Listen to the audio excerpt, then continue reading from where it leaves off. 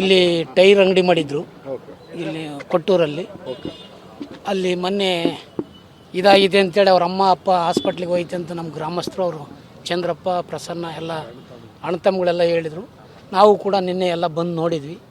ಬಂದು ನೋಡಿದಂಥ ಸಂದರ್ಭದಲ್ಲಿ ಎಲ್ಲ ಪೊಲೀಸು ಅದು ಇದು ಎಲ್ಲ ಕಾನೂನು ರೀತಿ ಭಾಳ ಬಿಗಿ ಬಂದೋಬಸ್ತಾಗಿ ಕಾನೂನು ಕ್ರಮ ಕೊಂಡಿತ್ತು.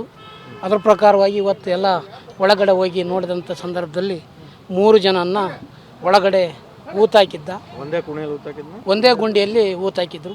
3 ಜನನ್ನು ಹೊರಕ್ಕೆ ಇವತ್ತು ಕಾನೂನು ಪೊಲೀಸು ಎಲ್ಲ ರೀತಿಯಾಗಿ ತೆಗೆದುಕೊಟ್ಟು ನಮಗೆ ಹೊರಗಡೆ ಸಹಕಾರ ಮಾಡಿದ್ದಾರೆ.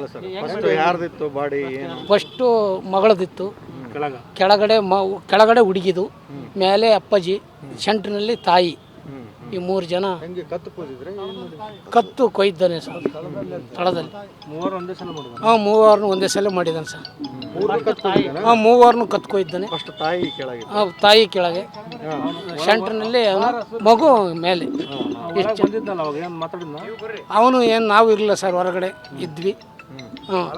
ಒಳಗೆ ಹೇಳಿಕೆ ಕೊಟ್ಟು ಮಾತಾಡಿದ್ದಾನೆ. ಹ್ಞೂ ಸರ್, ಇಷ್ಟು ನಡೆದೈತೆ.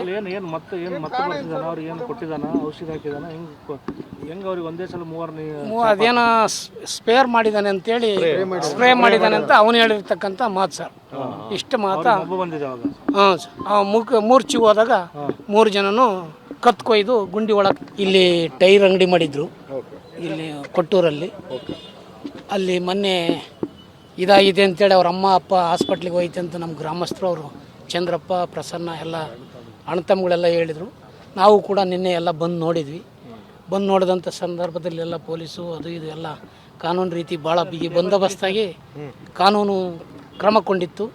ಅದರ ಪ್ರಕಾರವಾಗಿ ಇವತ್ತು ಎಲ್ಲ ಒಳಗಡೆ ಹೋಗಿ ನೋಡಿದಂಥ ಸಂದರ್ಭದಲ್ಲಿ 3 ಜನನ್ನ ಒಳಗಡೆ ಊತಾಕಿದ್ದ. ಒಂದೇ ಗುಂಡಿಯಲ್ಲಿ ಊತಾಕಿದ್ರು.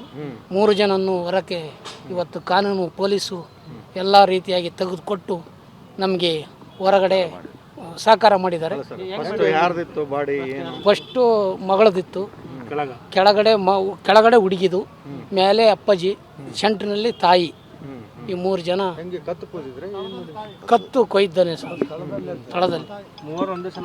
ಮೂವರನ್ನು ಒಂದೇ ಸಲ ಮಾಡಿದ್ದಾನೆ ಸರ್. ಮೂವರನ್ನು ಕತ್ತು ಕೊಯ್ದಾನೆ. ತಾಯಿ ಕೆಳಗೆ, ಸೆಂಟ್ರಿನಲ್ಲಿ ಮಗು ಮೇಲೆ. ಅವನು ಏನು ನಾವು ಇರಲಿಲ್ಲ ಸರ್, ಹೊರಗಡೆ ಇದ್ವಿ. ಒಳಗೆ ಹೇಳಿಕೆ ಕೊಟ್ಟು ಮಾತಾಡಿದ್ದಾನೆ. ಹ್ಞೂ ಸರ್, ಇಷ್ಟು ನಡೆದೈತೆ.